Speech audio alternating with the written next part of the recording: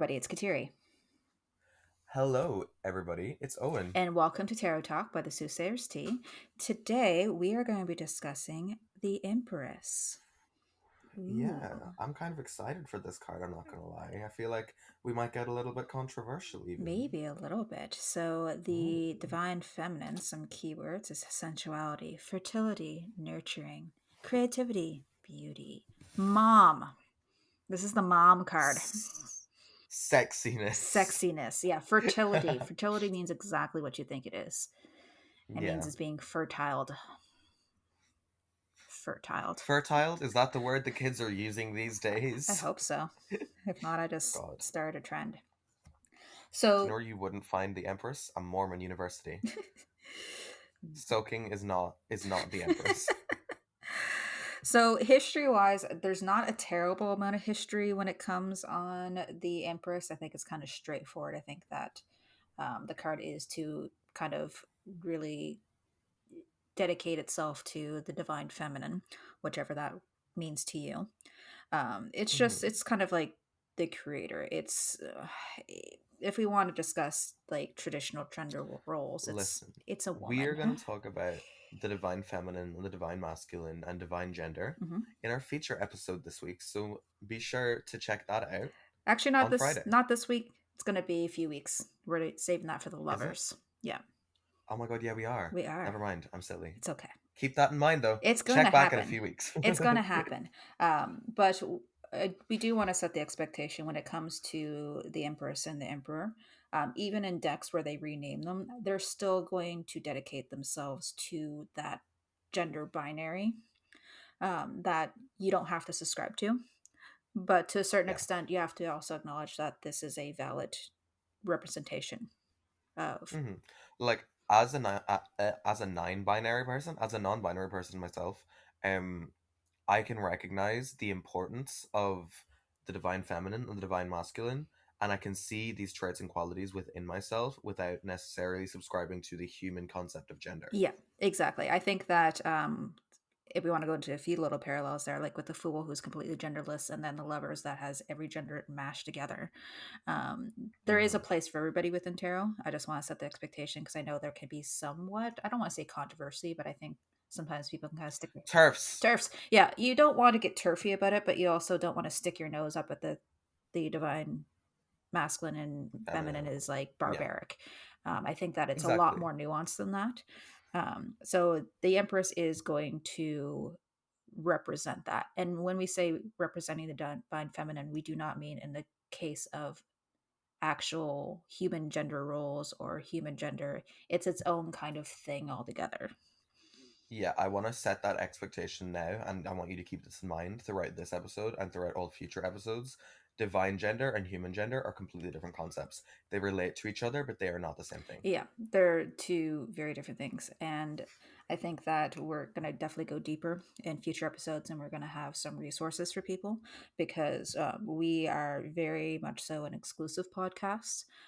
We are pro declaration of deeds, the whole shebang. So having the discussions, I don't want anybody to feel like they're being left out because I don't. An inclusive podcast? Inclusive. Not exclusive. I want that made clear Did right I say now. Take exclusive? that Holy back. Christ. Oh my God. Yes. Listen, yeah, no, no, we are an exclusive podcast because you know what? Like, focus and racist and sexist. So I'm including Those them. bitches. Yes, exactly. Exactly. So, anyway, going back into this because we want to make sure that we are staying on topic here. The mom card. The mom card. Mommy. Mom. I find that the Empress and the Emperor are probably the easier cards to read in the Major Arcana because everybody recognizes um, kind of how humans interpret gender roles. And this is very much hmm so that nurturing feminine side. The one thing that Yeah, and go ahead. most people have in their life either like a motherly influence or a fatherly Yep. influence. Even people whose parents don't necessarily subscribe to typical sort of nuclear family archetypes. Yeah. Uh, Outside influences can also be these influences like teachers older siblings, older people in your life. It doesn't necessarily have to be a mother and a father specifically. Yeah, exactly. It's generally just kind of like that type of energy. A good kind of like thing that's popping right up in The my. mom friend. Yeah, it's like I'm kind of thinking almost in a way like I'm going back to even like Drag Race, where there's always like that one contestant that's like the dead mother, right? That's always taking care of all the other contestants. Like that's the Empress right there. Hmm. And the one thing that when it coming to some parallels, because this is coming hot off the heels of the High Priestess, which is almost a sexuality that's forbidden. The sexuality of the Empress is very abundant. It's very beautiful almost in a way. I think the one thing is that people almost want to kind of neuter sexuality of mothers, especially in popular media. And I don't think that's fair because there is a very strong level of sexuality when it comes to this card. Yeah, absolutely. Um, and then there's it's all okay. I will say this now, and I will say it before, and I will say it 100 more times. It's about finding balance. Yes. Yes, sexuality is a it's a hugely important factor of motherhood and the divine feminine, but not every femme goddess is a sex goddess. Yeah. And I want that written down in stone right now. Absolutely. And this is actually going to be the feature episode is talking about like on the uprise of goddess worship. That's going to be coming out this Friday. That's the theme that we're going to be discussing, Owen. So it's not mutually exclusive, but it definitely can be. And that's the one thing that people need to understand. But when it comes to Empress, it's definitely not mutually exclusive. This is Aphrodite in a card. Hmm. She is Yeah. a plowed field ready to be seeded. I think a very hilarious way to have said that would have been a fertile field ready to be plowed. I mean, like that would make it more like depending on how you want to approach this. I think the other way makes sense too. But it is a card of fertility, right? Often the figure is depicted as pregnant or with a small child. And there Hmm. is a level of again nurturing there. And if we want to even step aside again human gender roles, think of mama cats. Like when mama cats have kittens, Oh oh my yeah. god, they're precious, right? Hmm. They are naturally the most loving of mothers, and you can see that kind of care and nurturing when it Yeah, it's comes. sort of like primal motherhood, I think would be a good way to describe it. Yeah, it's very, very primal. And you don't have to be interested in motherhood to be able to take inspiration from this card because it really does kind of pull into creation in general, whether it be Hmm. physically creation of life or art or romance. It's just basically creation and the power of that. Yeah, absolutely. I think that's a really good way to describe it. Y- It's all about creation, and I think that can sort of also factor into a little bit about the divine masculine being more about destruction. Yeah.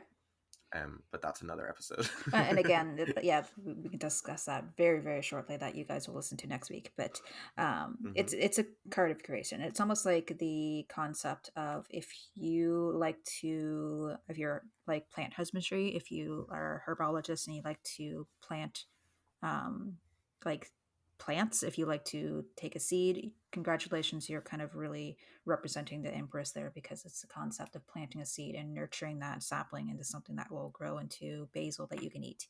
It's really that creation energy overall. Yeah, and if you have black thumbs that are completely murderous and you cannot even save a cactus, um, that would be very divine masculine of It you. would be absolutely. And I think that I take a lot of inspiration from this card because I've always been a little opposed to because I don't have children in my life yet. Question mark. I'm not sure if I'm ever going to. So I've always had Oh. a difficult time connecting to this card until I actually separated the concepts away from it. That it doesn't mean getting knocked up. Yeah, it doesn't. It As someone who can't, it doesn't. yeah, At least to me, it can to you if that's how you interpret it, because there that element is definitely there, but it's not the end all be all. yeah, and I think it's just it's the concept of, I don't want to say womb because that's not the right way to we want to approach it because we don't want to get turfy, but it's Mm-hmm. creating something. It's creating something in a cradle. Mm-hmm. And again, that whether it comes into art or something of the sort. Again, history of the card can be a little difficult because there's not a lot of history here except for your mom. Mommy, Your mom. sorry. um, so if we want to go a little bit into, again, we kind of had this little bit of a trend of discussing the, again, the consciousness, the subconsciousness, and the superconsciousness. So this is very much so within consciousness because we all know what a mom is, right? Mm-hmm. With the subconscious, its parallel lands with the wheel of fortune, which is basically kind of fate. It's a wheel where things kind of are constantly turning, and much kind of like the moon, it's just like it's almost like that cylindrical nature of, um I want to say womanhood per se, because it's always like the creation of life, the giving of life, the birthing of life, the nurturing of life, and then starting over. Yeah. And once again, doubly clarifying, you don't need to be a woman to do this. You don't need to be a woman to No, create life. You don't need to have a womb to no, create life. And you definitely do not need any of these things to be nurturing. no. That is not a requirement. And anyone who tells you that it is, that's turf behavior. That's a Yeah, little bit of a red flag. in a Kind of little a big bit, one. it's the biggest red flag. Yeah, I Yeah. don't want. Yeah. I Lisa Lister. oh wow, chicken bones in the throat. And that comes into, it's just like I don't think anybody, because of this, it ends up almost kind of demonizing womb magic, because I don't think that it should have to be, because I don't think you need to have a womb to be able to do womb magic. Absolutely. It's very misleadingly named. Yeah, I'm like, you know what, pull out your spiritual womb, work with it, like, or if Your spirit your womb. spirit womb, The astral the womb. astral womb. But the thing is like you don't even have to do any type of womb magic if you don't want to, or even if you do want to, you don't have to identify or even be a woman or anything of the sort to be able to use it. Yeah. And you honestly, this you don't need to in all magic for the most part, you are going to have to interact with some form of divine gender, but in your personal practice, you do not need to perform any kind of gender-based spell work, I guess, if it makes you uncomfortable because of your own human gender.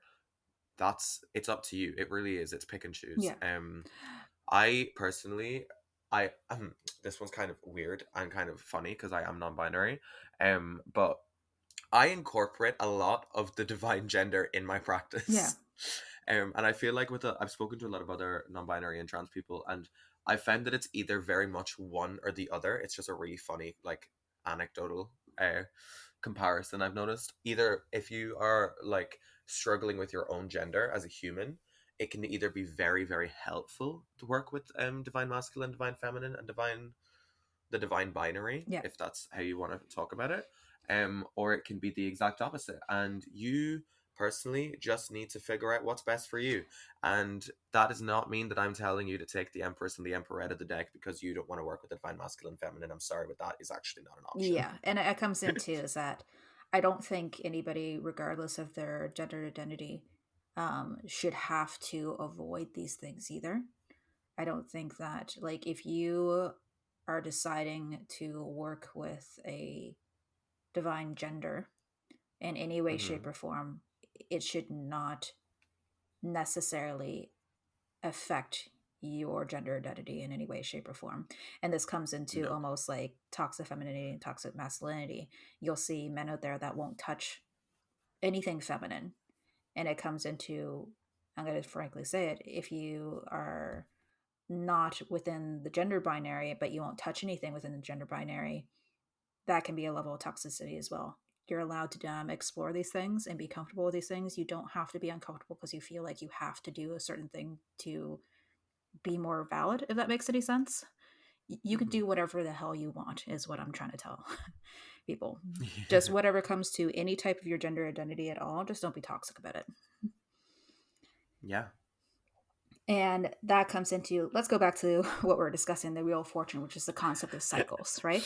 Because we're not talking Yes. about the cycles. It's just like, a womb and periods. It doesn't mean that way. It just means cycles where things can, when things grow, things have to die, right?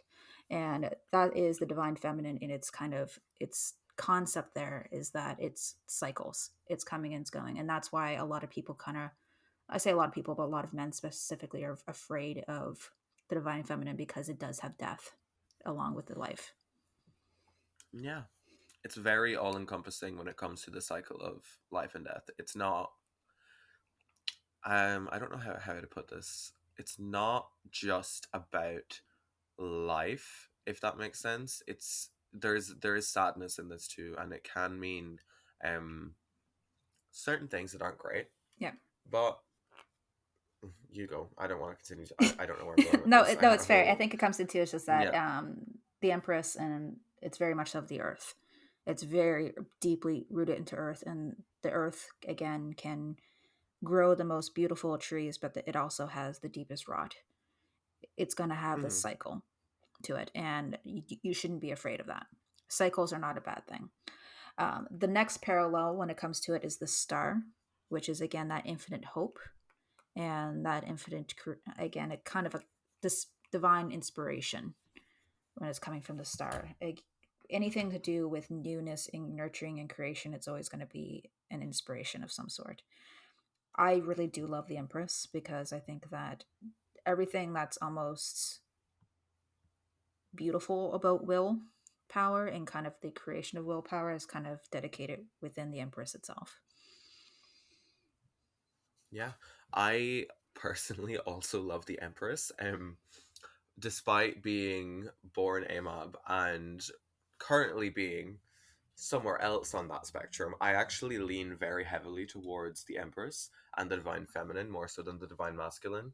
Um, and that's something that I have worked through, I guess, a little bit. Like all of the when I think about it, and I don't think about it that often because if I do, then I'm gonna have to think about it. But all of this sort of like spiritual energy that I work with and all the deities are all encompassing the divine feminine. No, I actually do not work with a singular like masculine. You can't see the air quotes. I don't know why I still do them. Deity, or spirit, like ancestral spirit at all, and I actually find that really funny.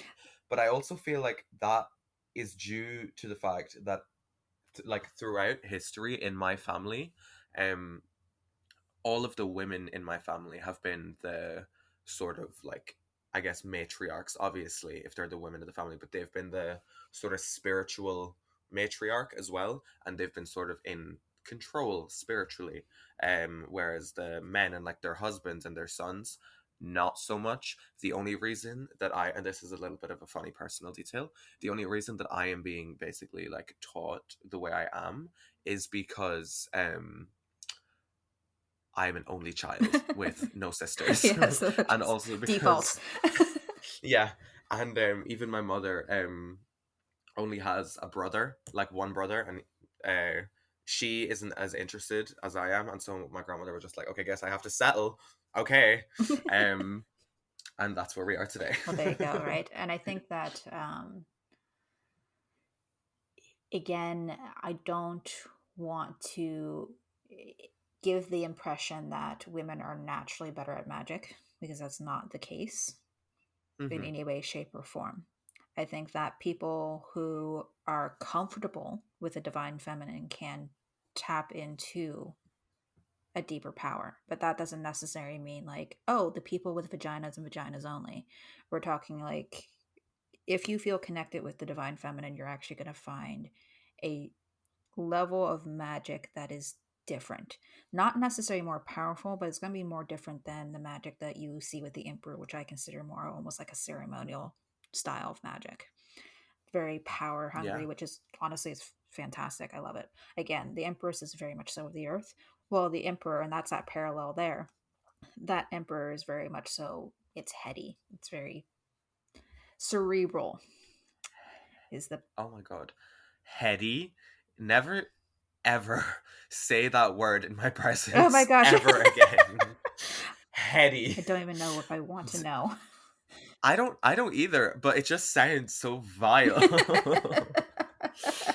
Oh my god. So, The emperor is heady. it's very heady, just it's all part of the skull. So, when it comes to our experiences, when it comes up in our readings, how does it appear for you? For me, I sort of see. Okay, well, in my experience, I see sometimes people conflate the High Priestess and the Emperor a lot, and Empress, you I mean? want to. You said the emperor. Well, yeah. Did I? Oh, yeah. Oh my God, that's quite funny. Yeah, the the High Priestess and the Empress a lot. Hmm. Um, and there are elements and stuff there. I see a lot of the magic elements of the High Priestess within the Empress, but I also see very much her as a mother. I see it as a very nurturing figure. If it comes up in a reading, I'm like, okay, well, you've either got this strong sort of motherly figure in your life who's going to help you get through this situation, or you are this sort of energy and this divine feminine and this motherly energy, and you're going to help yourself get through this, or you're going to help those around you. I see it very much as a sort of a feeder. No, what's the opposite of a feeder? Someone who gives a lot. Yeah, it's very So the emperor, yeah, it's someone who's very no, oh my god, words. Words are gratuitous. hard. They're very Yeah. generous. Yes, generous. They're a very generous person, a very loving person. I can also, there are negative aspects too. It does come up sometimes as a quite overbearing figure, Hmm. if it, depending on the other cards in the reading and depending on the question itself, it can sometimes mean a little bit too much mothering, if that makes sense. A bit of helicopter parenting as a good sort of comparison. Yes. Not necessarily actual parenting, but the same sort of vibe as someone who's like a helicopter parent. And it's like, okay, relax, you massive control freak. Take a deep breath, Yes. okay? And if we want to kind of go on, we can actually use that to kind of stamp off like the parallels there is that the high priestess is very cold and she has her secrets, Mm-hmm. right? That's the mysterious side of femininity. Where it comes to the empress, everything's laid bare. She's very sunny. What you see is what you Mm-hmm. get with her. There's no secrets there. But again, as you said, it can be definitely overbearing.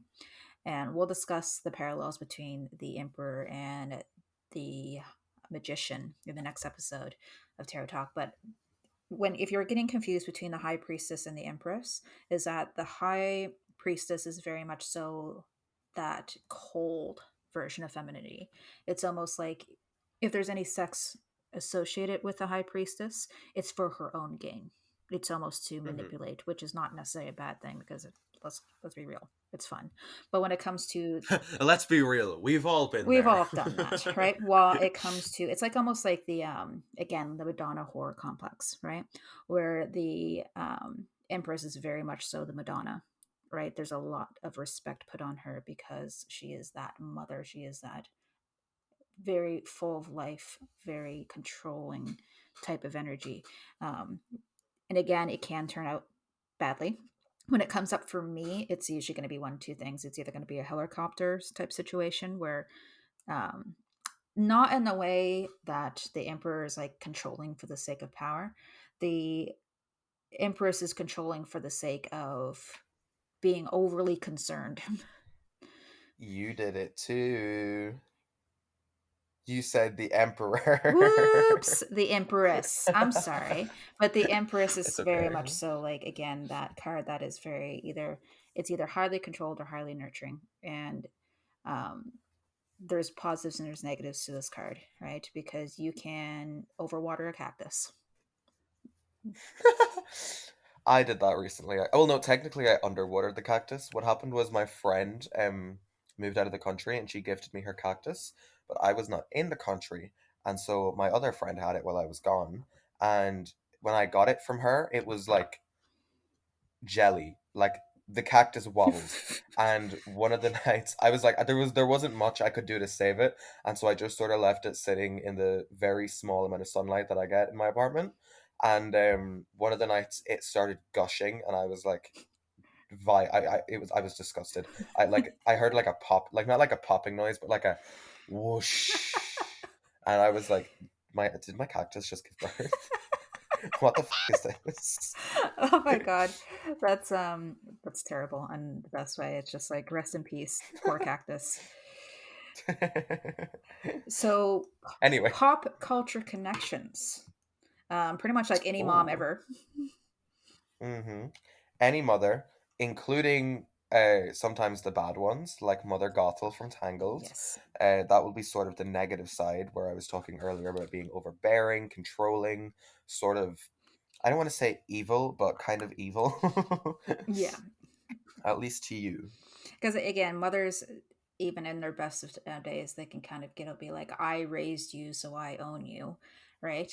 I took you into this world, and so I can Take you take you out of away. Yeah, it. exactly. And that just comes into their sometimes really messed up concept of care, right? So there's definitely consider that when it comes to your readings, is that it's not always Mhm. magic and wonderfulness. It's sometimes it's overbearingness, and Mother Gothel is a really good example of that. Now, with that being said, I don't want to over push the concept of that she's just everybody's mommy, because Lady Jessica from Dune is a really good example of that, of being that queenly type figure as well. Very nurturing, but also not hysterical, if that makes any sense. I'm not sure if you watched Dune, which you probably should watch the latest movie. It is fantastic. A lot of Personally, I have not, and I really want It's to. so good. Lady Jessica is definitely, she takes care of her son, but she doesn't also, Hmm.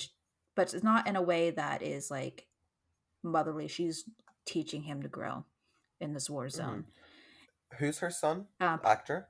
the actor, Yeah. I'm not sure it's the young man, like the main character of the Is movie. it Timothy I think Chalamet? so.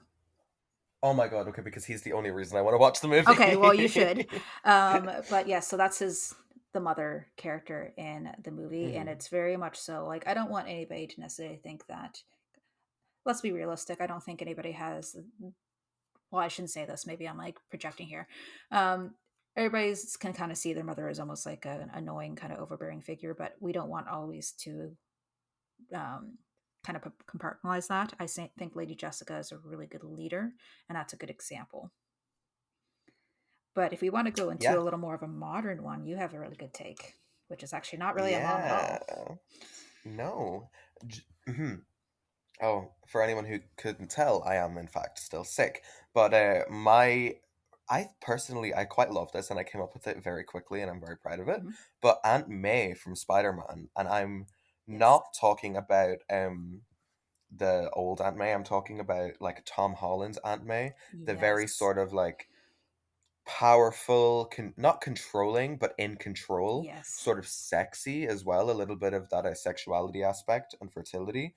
Um, is there as well. And I feel like anime really embodies this sort of Empress archetype. Yes. Uh, to be clear, Tom Holland's Aunt May, not the old ones. They are a different kind of divine feminine in and and of and that's themselves. still like an empress type archetype, but again, I think that when it comes to motherhood, people like to again neuter the concept of sexuality, so we want to make sure that we're giving you good examples of almost sexual type characters, because even Mother Gothel Sexual is mothers. Oedipus would have an absolute seizure listening to this episode. right. Even Mother Gothel is kind of like a little like she's doing everything for like vanity, because she still wants to Yeah. be seen as young and beautiful, right? Oh, that was the other thing as well. The Empress very much embodies divine beauty Mhm. and sort of divine aestheticism, Yes, whatever. You know what I'm trying to say. it's That pretty. is another huge part of the Empress. Yeah, it's pretty much, yeah. Right. But I do really like the concept of Aunt May, because it doesn't have to be somebody necessarily who has given birth to be able Hmm. to really kind of embody this type of Yeah. archetype. It doesn't have to be someone who's given birth. It doesn't even have to be someone who's taking care of a child or someone like that. That is just sort of the typical, sort of stereotypical concept of motherhood. Yeah. Motherhood does not necessarily mean child. And honestly, like even to a certain extent, like I can't think of any male characters off the top of my head, but there's definitely male characters. If anybody has any suggestions, like feel free to pop it in the comments or whichever. But Hmm. there's going to be male characters that very much so really connect with this card, that are not necessarily feminine. They're just Hmm. nurturers. They're just Yeah. creators. I am thinking of one. I'm thinking. And I would sort of see the dad from Steven Universe.